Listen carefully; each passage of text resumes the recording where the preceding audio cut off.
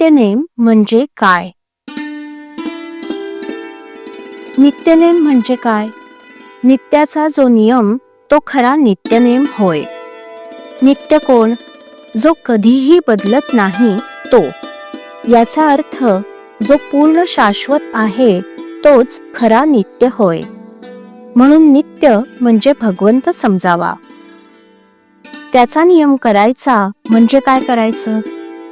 नियम करणं याचा अर्थ नियमन करणं, निग्रह करणं, वश करून घेणं, स्वाधीन ठेवणं हा होय.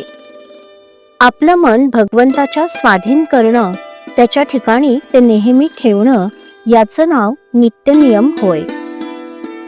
आजच्या आपल्या मनाच्या अवस्थेमध्ये ते सर्वस्वी भगवंताच्या स्वाधीन करता येत नाही आणि देह हा जड अशाश्वत असल्यामुळे देहाने नित्य आणि शाश्वत अशा भगवंताचा नियम घडणं शक्य नाही. म्हणून देहाने घेता येत असून देहाच्या पलीकडे असणारे आणि सूक्ष्म असल्यामुळे भगवंताशी शाश्वत संबंध असणारे असे भगवंताचे नाम अखंड घेणं हा आपला खरा नित्यनियम आहे. इतर सर्व गोष्टी, शास्त्राची बंधनं, पोथी वगैरे वाचणं, स्नानसंध्यादी नित्यकर्म वगैरे पाळावी, पण त्याचा हट्ट वा आग्रह असू नये. कोणत्याही अवस्थेमध्ये भगवंताचं नाम मात्र सोडू नये एवढाच हट्ट क्षम्य आहे. शुद्ध भावनेने नाम घेतलं की भगवंत दर्शन देतो. शुद्ध भावनेचे फळ फार मोठे आहे. पुष्कळ वेळा गरीब आणि अशिक्षित लोकच या बाबतीत श्रेष्ठ असतात. आपण नाम घेत जावं. नामाने भावना शुद्ध होत जाते.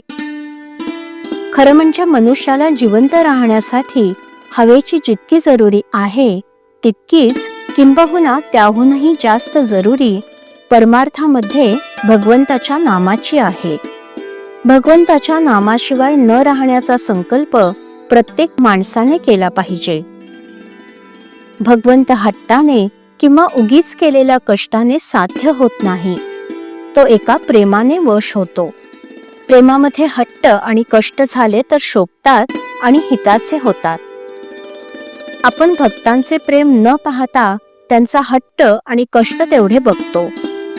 जो मनुष्य 3.5 कोटी रामनामाचा जप करील त्याला भगवंताच्या प्रेमाचा अनुभव आल्यावाचून राहणार नाही. शंका या फार चिवट असतात.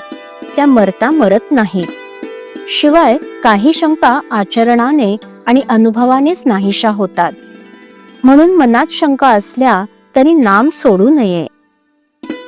सतत नाम घेत गेल्याने मन स्वच्छ होत जातं आणि सर्व शंका आपोआप विरून जातात. लंकेमध्ये रावणाच्या बंदिवासात अशोकवनात सीता असताना तिच्या सान्निध्याच्या प्रभावामुळे तिथली झाडं, पक्षी, दगड या सर्वांना रामनामाचे प्रेम लागले होते असं वर्णन आहे. रामनामाचे प्रेम आणि भगवंताचे प्रेम दोन्ही एकच आहे. नामात शेवटचा श्वास गेला पाहिजे ह्यातच जीवनाचं सर्वस्व आहे. श्रीराम. श्रीराम जय राम जय जय राम. श्रीराम जय राम जय जय राम. श्रीराम जय राम जय जय राम. श्रीराम जय राम जय जय राम. श्रीराम जय राम जय जय राम. श्रीराम जय राम जय जय राम. श्रीराम जय राम जय जय राम. श्रीराम जय राम जय जय राम.